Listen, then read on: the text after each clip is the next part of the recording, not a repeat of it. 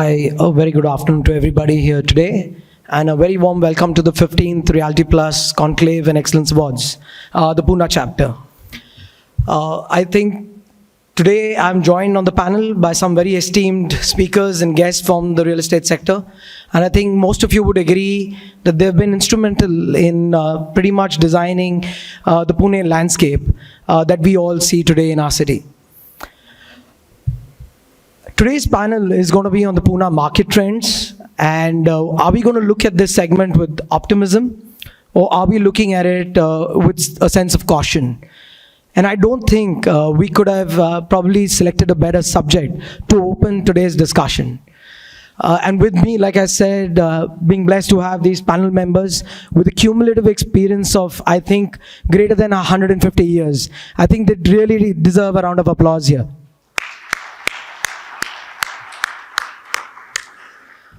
I'm personally very excited to moderate this panel, and at CBRE, if I was to really give you an open comment, I think we view the market with a lot of optimism. But, I don't want to start with certain biases. Being from the services sector, we can tend to look at everything very positively because that's the lens probably we want to see. My job today as the moderator is going to be to ensure that we pick the brains of these very experienced people from the industry and try and understand what they really feel the outlook is.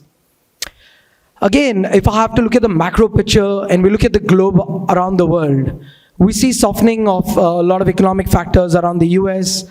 We see parts of the world probably treading close to war. All this has risen to a price rise in oil, and I think there is already a connected cord with increase in energy prices due to all of this. Certainly, most of the global markets, due to these macroeconomic factors, are treading to a slower economic growth, if I would say so, and they're definitely looking at things very cautiously. But when I flip this to India, we see our Honorable Prime Minister talk about India being the next decade. Across the world, we see people echoing the same voice. So should we really be very positive, like in the opening?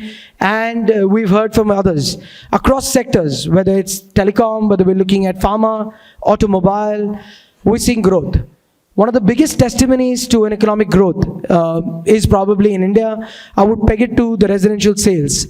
And I was recently listening to some articles and reading some articles and listening to some news where they said that 2023 saw approximately 30% rise in residential sales volume across our country.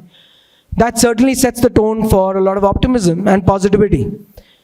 With that as a foundation, I'd like my open question to the panel that's alongside me today, and just set the ball rolling in terms of the juices to start discussing on the subject that we have as the opening session. So Mr. Paranjape, would it be fair to start with you on what you view as the larger economic factor for India as a country, and how you would link that to real estate as a sector? Please.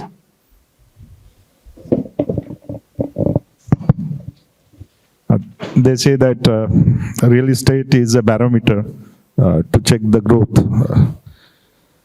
And post-COVID, I think most of the cities has shown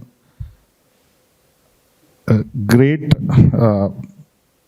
increase in the sales volumes, and very interestingly, even rise in the prices. I think that's very interesting. The trend of going for bigger houses with a larger floor plate is also very, what I can say, assuring, because for a developer, it is cost effective as well as more profitable. So I think overall the trend is really good. It has continued for last, I should say, more than 1.5 years now. Thank you. Thank you so much for those opening remarks. Gulzar, would you like to add on this question and looking at the larger economic factors, like I said, and taking a cue to the Indian real estate market, what are your opening comments on that? I would actually want to take a step back and kind of ponder over the starting point of this, which you said like was COVID. I just feel that there is a tectonic shift that's happening across the globe. in the macroeconomic parameters, in the way people live, in the way we conduct business. And the impact of that is something that a lot of economies are kind of feeling now. India's economy is benefited in multiple ways. The impact of that is being felt in not just the residential, but I think a lot of other sectors as well. I still feel there is a huge amount of change that's in the pipeline. And traditionally, we tend to be a lot more cautious because we're kind of venturing into uncharted territories. That's right. Does that mean this is not sustainable? Why is there any reason to say it is not? So, you have GDP headline at great numbers, you have inflation in check, you have a government which is stable, you have policy in place, you have infrastructure being developed. And with all that being in place, why should you not be optimistic about the way forward? Thank you. Thank you so much for that, Gulzar. I think opening remarks certainly echo the sentiment that I started with at CBRE on the optimism, but it's too early. I guess the next 20 to 30 minutes will give us more insights on these fronts. When we are talking about growth and we're talking about real estate, you have to talk about demand and supply hand in hand. But when we talk about real estate supply, at the same time, I think there is a conscious discussion around price of real estate. And there is an increased cost of construction. I was talking to the panel members in the pre-function area briefly, and a lot of them, developers, were talking about the increase of construction that they realized post-COVID. How do you see this spanning in its current form? Do you see that the stress has settled? Ranjit, maybe I'd like to start with you on the price factors. Any changes from COVID? How do you see the trajectory and the vector going forward? So, good afternoon, everybody, and thank you, Anuj and Realty Plus, for having us. Certainly, there's a lot of optimism in the industry. We have had a good run post-COVID. There was a pent-up demand that has translated into the market. There was a pent-up demand for larger units, so that has also resonated well with what we are providing to the market. Going forward, I mean, the main point that we need to discuss is going forward, will this trend continue? Or going forward, will we see the same level of growth? There has been a little bit of increase in price as well, but the price has increased on the one hand, and the size of the units has also, the demand for larger sizes has increased a lot. From 2019 levels or 18 levels over the last 5 years, prices over 1 crore in Pune have increased by almost 300%. The number of units that are being built and consumed has increased. So is that a reflection of the fact that the prices themselves have increased, or is it a reflection of the fact that the sizes have increased? It could be both. It's a combination of both, thankfully. With the supply that Pune is seeing, and we have delivered almost 90,000 units in the last year, which is unprecedented. I mean, it's the largest in the country by far. We are more than Bombay city, we are more than Bombay suburbs, we are more than any other city in the country. And will this continue? Which is the answers we are seeking. And I certainly don't see a reason to doubt that. We have a good central leadership, we have a stable government at the state level and the center. The policies are conducive to real estate. The prices that are being offered in Pune, now if you take an average of the prices, we are still only at 63 lakhs, which is less than what are being offered in Bangalore, Hyderabad, Bombay, Delhi. Okay? That's a very interesting point, yeah. That's also very redeeming.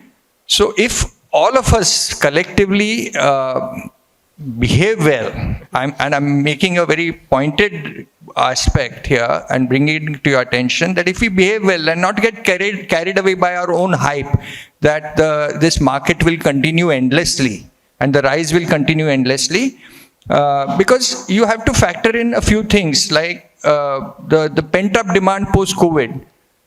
may ease in a little while. It's still good. It's slowing down a bit in the last couple of months, but it may actually slow down even further. So we have to factor in those things.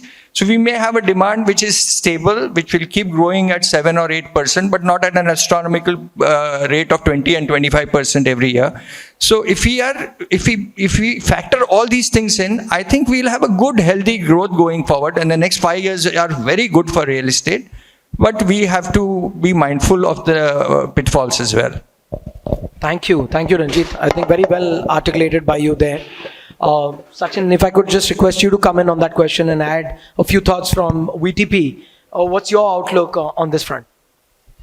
Thanks, Anuj. I think we all have been experiencing a dream run in real estate, at least since Corona days. I keep saying Corona has been the blessing in disguise. If Corona would not have come, I don't know what would have happened to real estate. Because if you remember the pre-Corona days, there were many articles being written by several experts that it makes sense to go on rent than buy. And there suddenly a new thought process was being sprayed in the market. And the questions were being raised that buying a home doesn't make a sense. And suddenly Corona came in and forced everybody to understand that along with your family, home is the next thing most important in your life. And obviously it turned in all our favor. And all developers across the country are, I believe, that very happy, and everything has been good for all of us. But the way Ranjit sir said that the pent-up demand perhaps is tapering down. There is a limit to what extent those people who are sitting on the fence or who had not taken decision to buy a home have perhaps taken. Now those numbers have gone down. So we see that last 3-4 months, there has been a little bit of break. There is still a good speed, but the kind of speed that in which we were all doing great business till November, till Diwali, has been, I believe that there is a small break. There could be different reasons for this. But what I said is the pent-up demand is coming down. Second part is that the year-end things.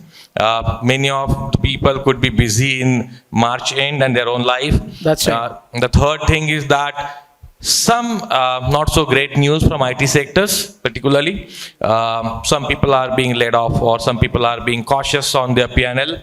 So taking care on the calls, particularly on the employment side. So we have experienced some customers going back on their decision to buy a home just because of something happening on their company side and their job not being very secure. So to say what's going to happen or our look is, so long term, we are very optimistic. I said, Ranjit sir said 5 years. I might say 10 to 20 years is India's. Wow. There's a data to back it. Around 60% of India's population is up to the age of 40. Yeah, that's the best point. Which is a consuming class. We are Indians. People are going to get married. The nuclear families are going to go up. So the demand for the homes is going to go up. So we are in a great situation. I think demographics are in our favor. Look at UK. Is the aging population. Whosoever the country, the aging population is there. They are into recession or headed towards the recession. We are exactly in the opposite direction. Doing so well. So next 20 years, I don't see an issue. So long-term point of view, absolutely optimistic. Short-term point of view, looking at the election, the year-end, or the pent-up demand issues, better to be cautious, not to get carried away. Everything is good, fair enough, but okay, slowly. So cautiously optimistic will be my view on the overall market. That's why I said, I think, it was so apt to open this entire panel and this afternoon today with this subject. It just totally echoes with what the opening statements from our panel members has been up till now. I think, Mr. Bhosale, it's about time I bring you into the discussions as well. At Amanora, you've pretty much spearheaded one of India's and not only Pune's leading, township developments. What's your view in terms of township versus, standalone one-off parks? Do you see that your group is trying to give a mix of real estate landscape to the city? And are other developers taking a cue from this as well? Thank you, Anuj. Generally speaking, all such discussion previously used to say there is a cautious optimism. That's what Sachin also said. But I think it's a positive optimism which is coming up. Cautious optimism for India. For all sectors, we should forget. That's a catchword, cautious optimism. Why cautious optimism? India is doing well. India's story is heard everywhere. Maharashtra story also is good in spite of present turbulence, whatever is happening. The economic and business story, Maharashtra is good. And Pune story also is developing very well. Various infrastructure which are, I think, more talk than walk, but now I think the reverse is taking place. People have started walking. So this is a good story for this. Coming to Amanora, we are basically residential township. And we concentrate on residential this thing. And we, in between, we had a biggest mall. Let's say this is residential. We have a biggest mall in the Pune today, 20 lakh square feet of almost. While we are nurturing our residential market, we have plans to go to the commercial, this thing also. And commercial has this thing, commercial, the rate of penetration in Pune is the highest. It's about 8%. India average is about 6%. Even it is more than Bangalore also. So this is on a commercial side also is a good story. We ourselves have also plans to go into commercial aspect. So looking at this, I think background which you have, I mean, most people they're younger than me, so they talk about 5 years, 10 years. But I, being the oldest here, this thing, I said whole generation of Pune, which is coming in real estate, it's a positive thing. Thank you very much. Thank you. Thank you so much, Mr. Bhosale, for sharing your wisdom and experience with us. I think one of our panel members, and it was Ranjit, if I'm not mistaken, spoke very interestingly about good behavior. And that leads me to probably, pose them with their next question in terms of governance, right? One of the biggest challenges, I think, along with, which is attached to as a taboo to the real estate sector, is lack of transparency. The consumers are always, skeptical. Then RERA came around somewhere, and I think that's brought some amount of comfort and governance from a consumer's view. But I think as a supplier, you have to go through over 100 approvals for any project. And I think it's very pertinent that you speak a little bit about, do you see an overall improvement in governance in the real estate sector and the government bodies that you all are dealing with in terms of the approval cycle? And maybe Mr. Paranjape, I'd like to start with you on that question, please. Well, absolutely no. It has become worst.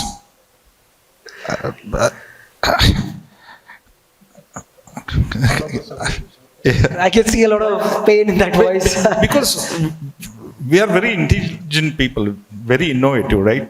So government one day announced that as a developer, you don't have to go for any permission. Correct. Government announced it. And we were so elated because, unless the land is in a, nothing starts. So this is the first step. But suppose to get NA, there were certain hurdles. Now, the same hurdles are there to get NA Chalan. So you are not required to have a NA certificate. But you have to pay NA tax. And to get that Chalan from the government machinery, the same hurdles are there. So this is just one example. Such example. I think it has become worst without any hesitation.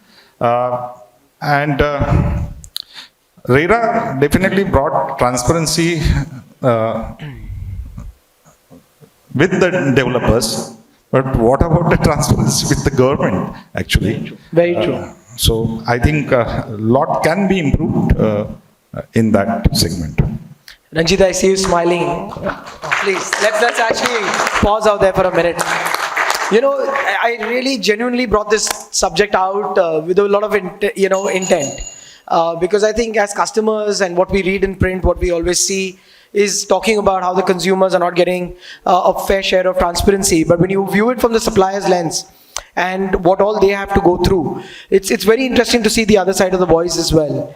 So, and then, Ranjit, I saw you, having this, a good smile on the side when Mr. Shashank Paranjape was updating us with his opening remarks on that question. I think you certainly want to add to that. So please, Ranjit, I'd like to hear from you. So, so we are being very transparent because obviously now we are accountable. We have to hand over real estate on the specified date and time because RERA requires us to do that. But I'll just give you a different point of view to Shashank's, because he has very, very feelingly expressed himself. But I'll just make a practical point of view that now that we are accountable for the date on which we have to give possessions, and with the plethora of permissions that we need, right from the start to the end, I mean, look at it from the government's point of view, or the officer's point of view, or whoever can control us. For them, they know we are desperate for that permission at every level. And so if they delay that permission, it costs us a lot of money. So all they are asking if is for a small pound of that. So again, the corruption levels have gone up quite dramatically. And this forum, I'm saying it very openly, and I'm sure all my colleagues here on the dais would agree, and some of them not on the dais would also agree. Plus we have, we have now a new plethora of activists who are also wanting to stop your project for one reason and one reason alone, be they green activists or be they just general local level activists. They want to stop your project so that they can get some money out of you, because for the same reason, because they know we cannot afford delays anymore. Once we start a project, we are on a treadmill. We must complete it on time, and we, as responsible developers, we try and do that to the best of our ability. So whatever it takes, we have to do, and sometimes we have to succumb to all these blackmailing aspects. But we go ahead and do it nonetheless. And so therefore, it's not, I would say it's a very brave man who wants to be a real estate developer today. Okay? So.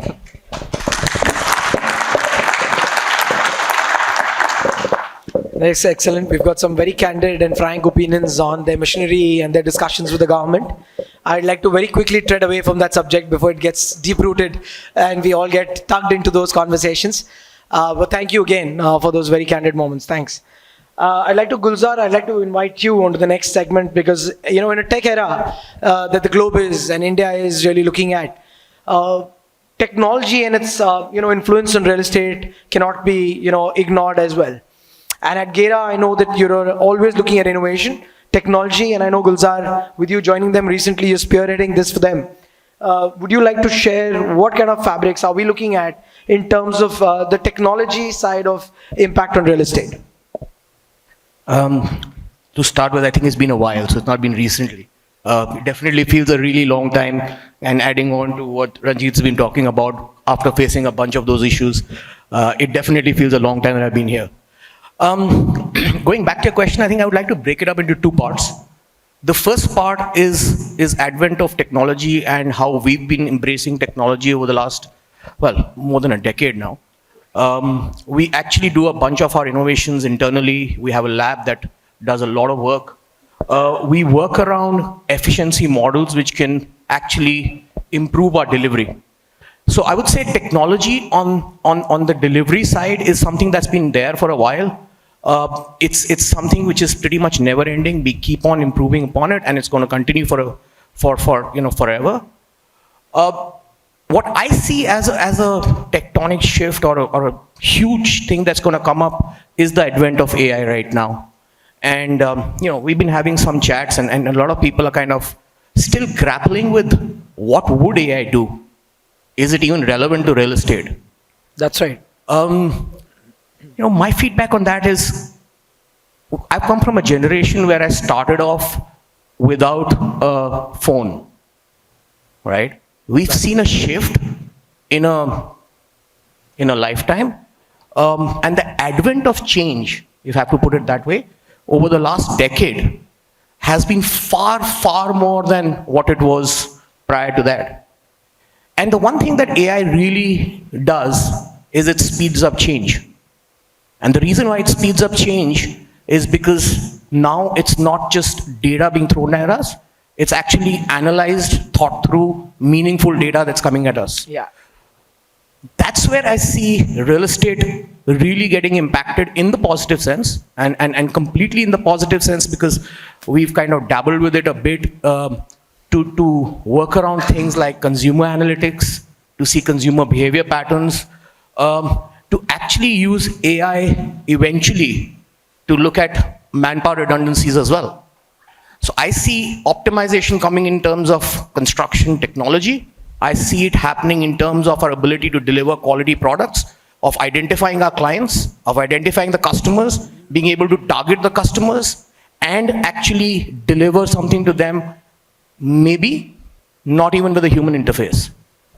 Thank you. Thank you. You really well articulated, Gulzar, and just as expected. Mr. Bhosale, would you like to add some comments and what you view, technology with your experience? When Gulzar was expressing, there are reservations about the AI in whether it is me actually. I had told him. I said it will come, but it will come slightly later than what it comes to the things like education, manufacturing, etc. Today, it's so labor intensive. This thing.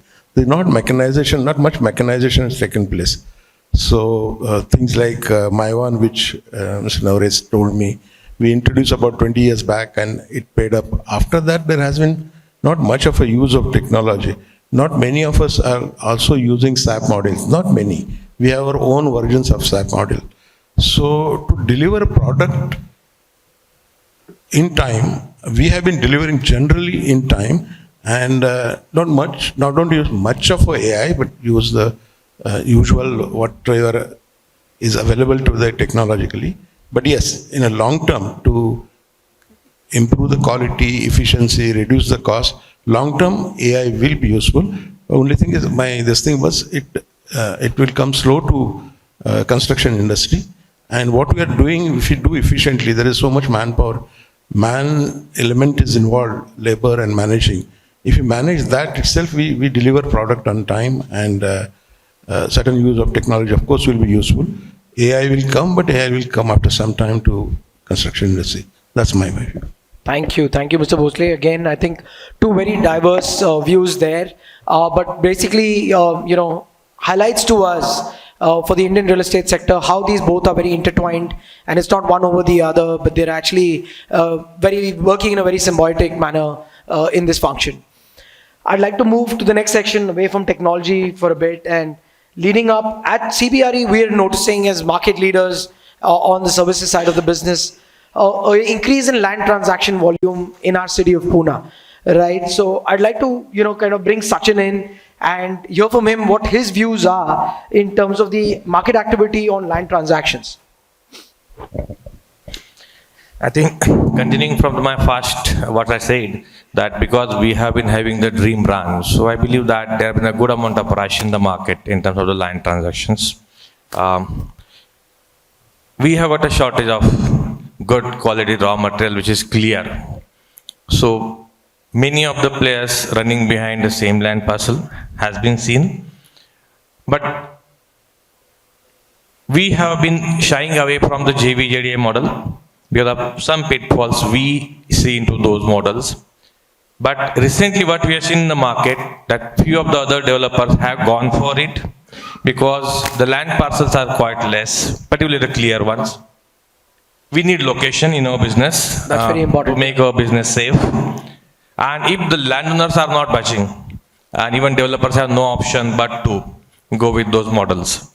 So yes, there have been good amount of transactions in the market, which has been happening out there. And suddenly JVJDA also has been in for some of the developers. We feel that it's a bit risky from the future of the project point of view, but it's still happening out there in the market. So from that point of view, I believe that we as a developer, because should not get carried away, should control the cost there itself. Otherwise, our cost of construction and the entire project cost will go up. And if you're not able to sell at a particular price, because affordability will have a limit finally. And if people are not finding it affordable, my sale will be affected. So we'll land up into a difficult zone. So while getting into land transaction, I believe that we all developers need to behave again and perhaps keep the cost in control. No, that's a good kind of thought that you shared with everybody. with regards, the base price fundamentally being land, and all other control measures and the eventual cost to the consumer is going to be standing on that foundation. With scarce land, multiple conversations with the same landowners, their behavioral patterns change and make it more difficult for you. So thank you. Thank you for that opening. Mr. Paranjape, what are your views, as a linkage to this? Do you see, a preference over JV, JDA or outright? What's your perspective on these type of land models that we discuss?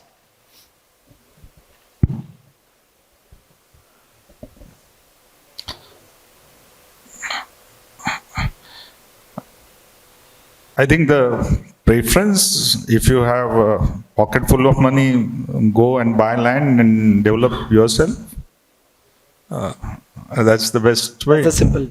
And if you don't have, you search for a good partner who would not trouble you. So those JBs and JDs who were 40%, 45%, all of that has collapsed. Not a single project could be delivered with that percentage actually. Because when the GST was changed, overnight, the construction cost of this industry went by 18% overnight. Nobody realized that. And so I think best way is to buy the land and develop yourself. I think that's the most preferred way, and most of the developers would like to really do that. Many MNCs actually, they prefer to have joint ventures with landlord as a small revenue shareholder. I think. Thank you. And I think, just adding on from what Mr. Paranjape very wisely shared with us, yes, if they had a pocket full of money, they'd go out and just buy the land, not deal with the land partners and the nuances that they can add.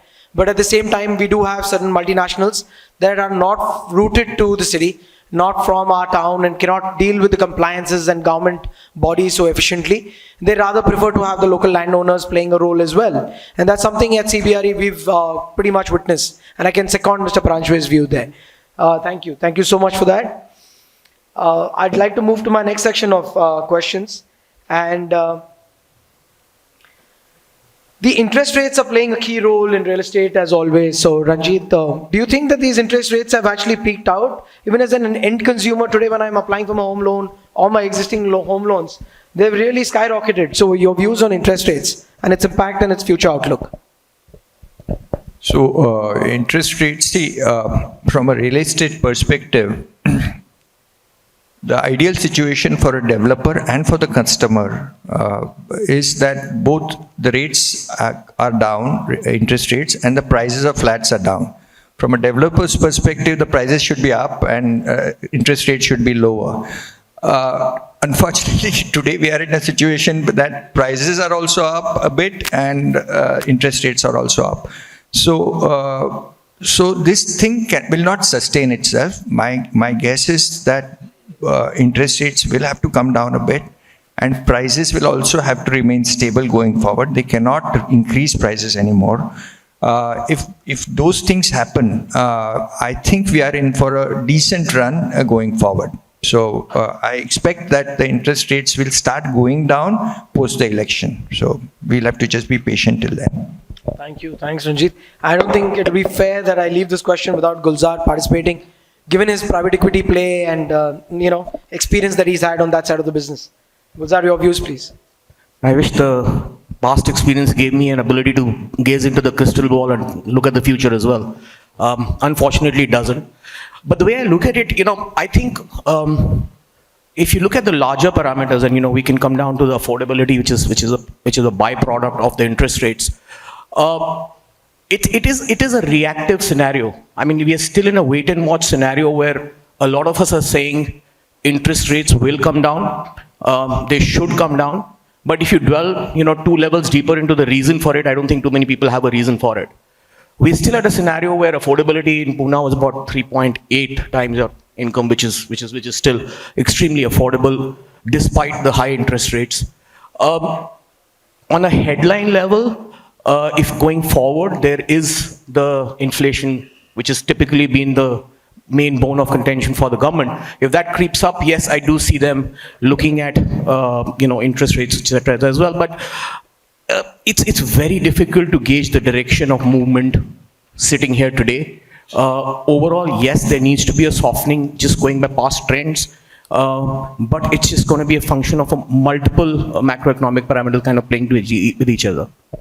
Thanks. I think that's a very good point from Gulzar in terms of, I think we have a common consensus here on the dais with regards the outlook for interest rates to really go down in the short-term future, which should be positive for all of us as consumers as well as the developers alike. As a lead up to my next question, Pune as a city seems to be very, very resilient, right? One of the points that Ranjit you made was 90,000 homes were delivered. And another article I hear that, the India saw maximum peaked out residential sales at about 475,000 units annually. So why is it that Pune happens to be playing such a large role in the India landscape? And it's very close to the question that we're trying to debate on Pune's resilience here. For you, Ranjit. So, what's not to like about Pune? If you look at Pune as a city, we are traditionally a very cultured town, a lot of very educated town. We used to have much better weather than we have now, but it's still not bad as compared to a few other cities. There are jobs in this city propelled by industry, IT, services now. A big contributor is a services industry. We have locally great social infrastructure. There are restaurants, clubs, everything. So that social infrastructure is good. The law and order situation is good. Ladies and seniors feel safe in the city. So ideally, and Pune has a lot of drainage from all the surrounding areas in Maharashtra more so, but even from other cities in the country. And again, then it has now become very cosmopolitan. It's become a younger city. So all the factors that are necessary for a rapid growth of a city are existing here, other than two things. And I must point them out too also. The infrastructure is sadly lacking. We don't have the level of metros that we should have. After numerous debates over the last 10 years, we've just managed some 70-80 kilometers of line so far, and we are very proud of our metro.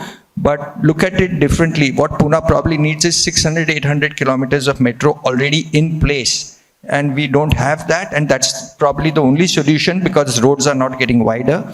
So the infrastructure is lacking, very much so.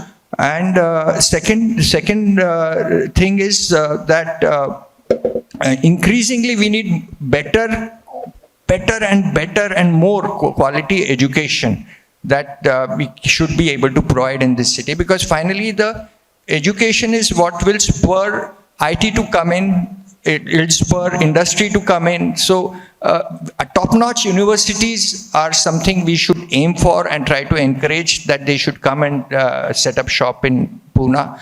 So if we have all of these things in place, I'm sure Pune will keep seeing the growth that we are seeing, and I'm very optimistic for the city. Thank you. I think, Ranjit highlighted some very fundamental points that kind of, put Pune right up in the country. I think the key fact that I'd like to relate with Ranjit on is definitely the population. The young population and the roots that go down to Pune being called the Oxford of the East. I think that really provides the required momentum and the raw material towards industry and trade, whether it's technology or we're looking at the industrial logistics space. Pune boasts of both sides of the vectors very, very strongly. So definitely very optimistic about our city.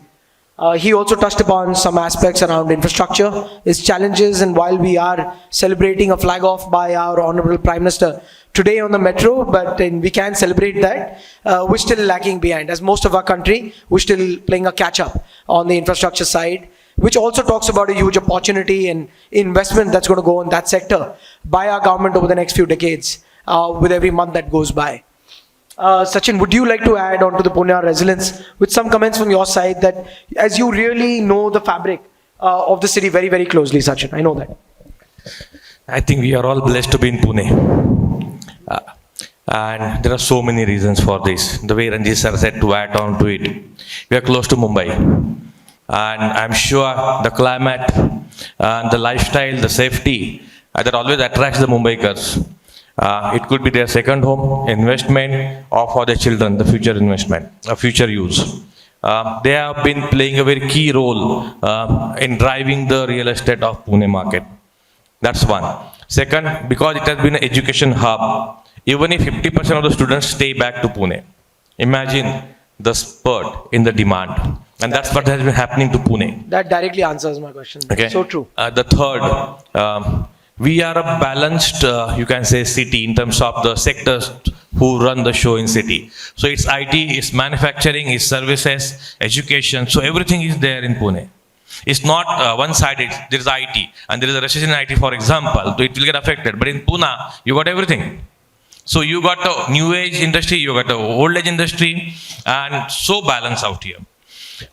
There is one more factor which plays a key role. Everybody in Maharashtra, or at least in the western part of India, they want to be in Pune.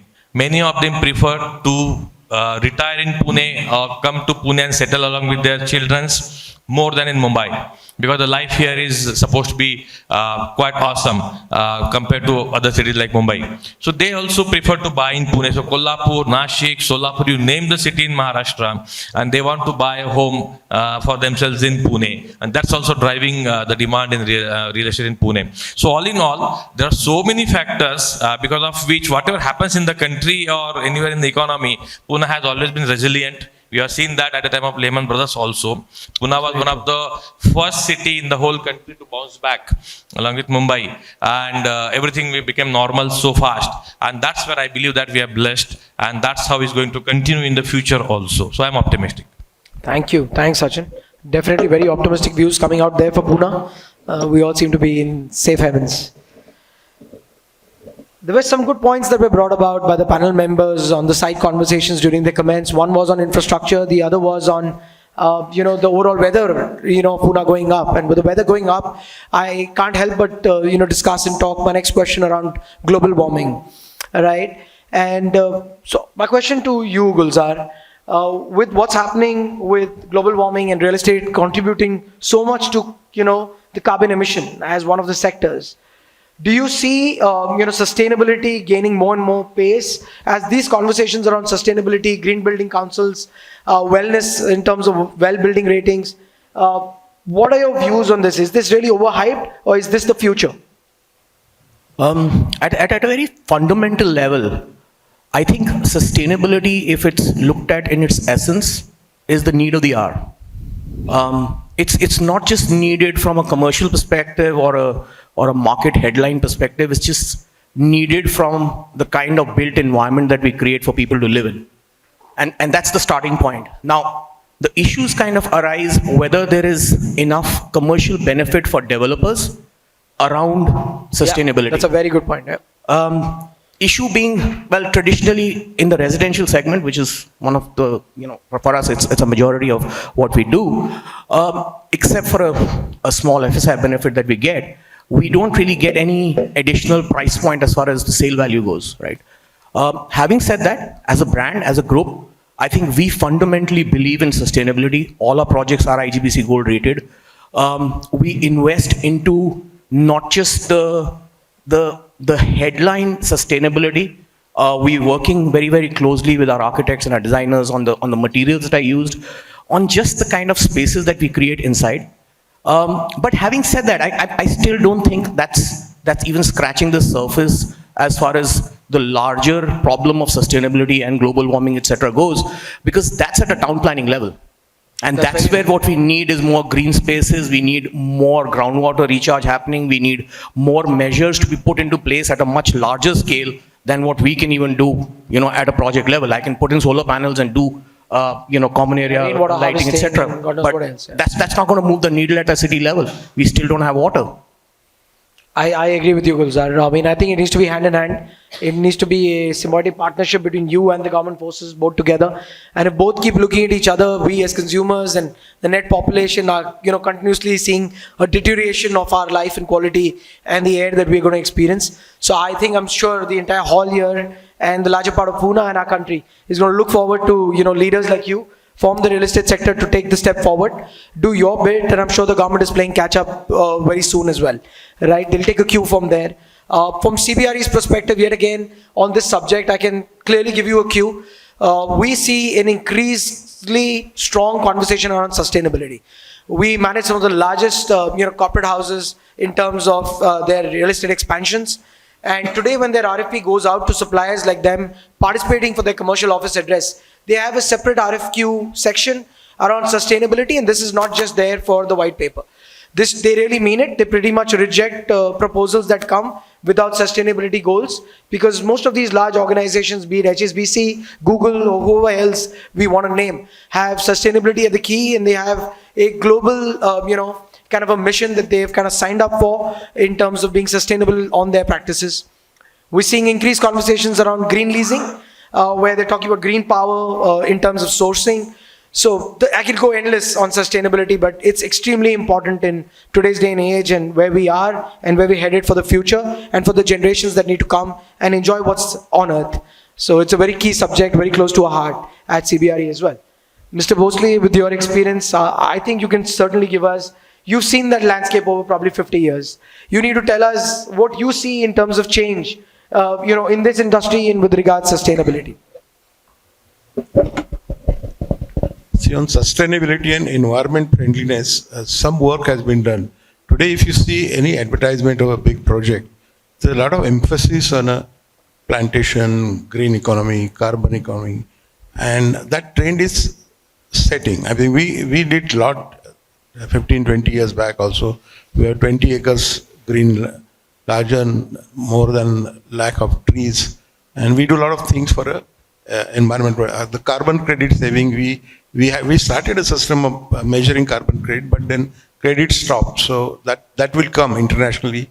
Sometime it will be handled, and some carbon credits will come.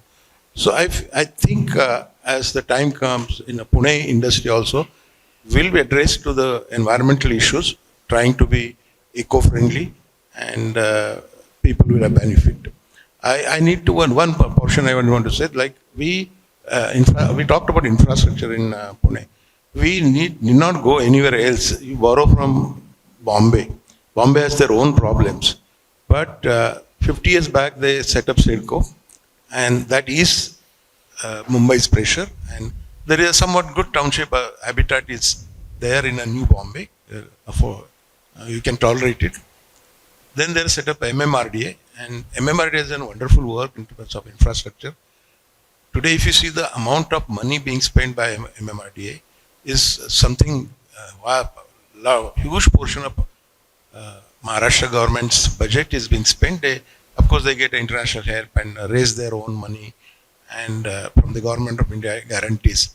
And the way they have done their infrastructure, and Bombay is going to see benefit of that in the coming years. You see every year you go to Bombay, you see there is some change. And today, to reach Mantrala, we should take 5 hours.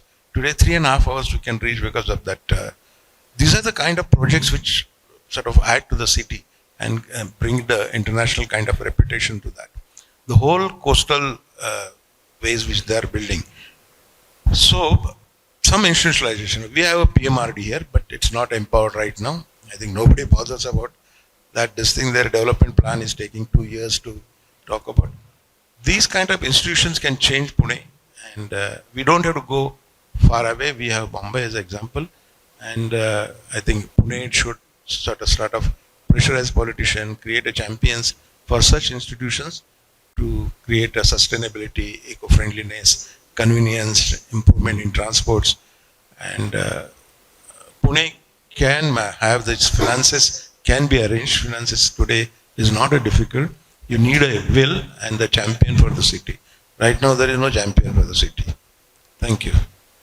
Thank you. Thank you so much, Mr. Bhosale, for that. And at the end of the session, I just want to get very close to Pune. even more closer from the macro subjects that we spoke, and touch upon some very important questions that we have in our mind. The new UDCPR came a few years back. That obviously has resulted in increased FSI that most of you as landowners or developers can realize out of their parcels. There is infinite potential of FSI at certain sites. Where do you draw the line, and what are the thoughts that you take into consideration before deciding what's the total permissible FSI that you want to build on a particular site? Ranjit, if you could please come in here.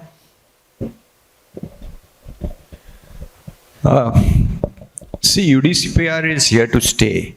For better or worse, now we are wedded to it, and so there's no point going back and forth and saying that UDCPR is going to increase houses there and endlessly at that.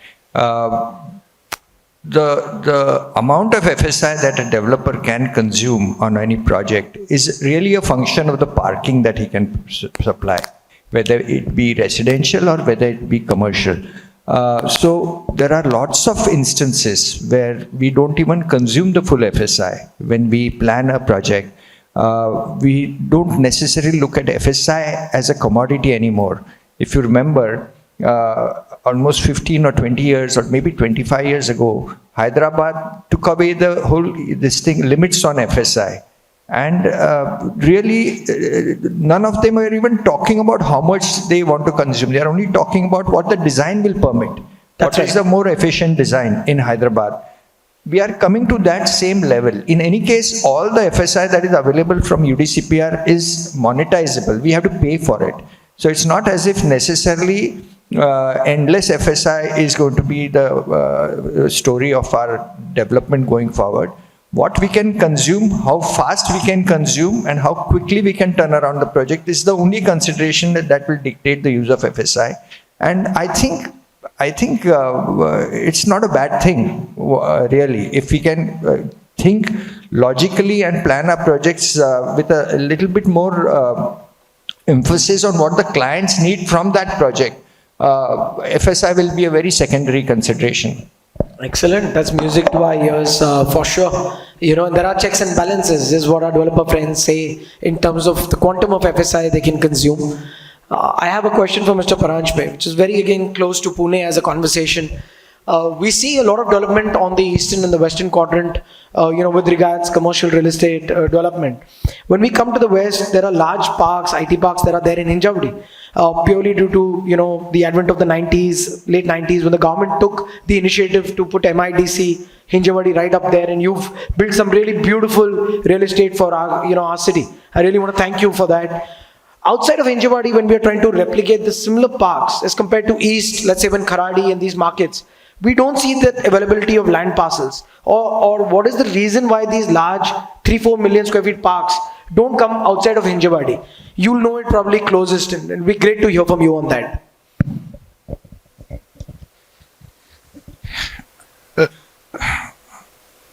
Usually a developer can, divert his customers to a preferred residential location. But in case of real estate, which is commercial, we have to be very clear about the location where ultimate customers, we are in no position to influence the ultimate customers. That's one thing. Another most important thing is infrastructure. For example, for large IT parks, you would need a very fantastic infrastructure, big roads, substantial availability of good quality of water and electricity. All that is missing if you go outside. And creating that on your own, actually, even the government is not able to come up with a water pipeline. Correct. They can even put own water pipeline. So I think where currently the infrastructure is there, where the customers would be preferring, that's where most of the developers will like to commercial. Thank you so much. Very quickly, I think the time flew by. And, I think with an esteemed group of panel members such as this that are on the dais with me, it's not surprising that the last 40-45 minutes went by like a breeze. I would like to believe that I could have been here on the dais for the next hour again, probably talking and picking on their brains because they just have such wealth to share. I just like all of you to give another round of applause to these panel members.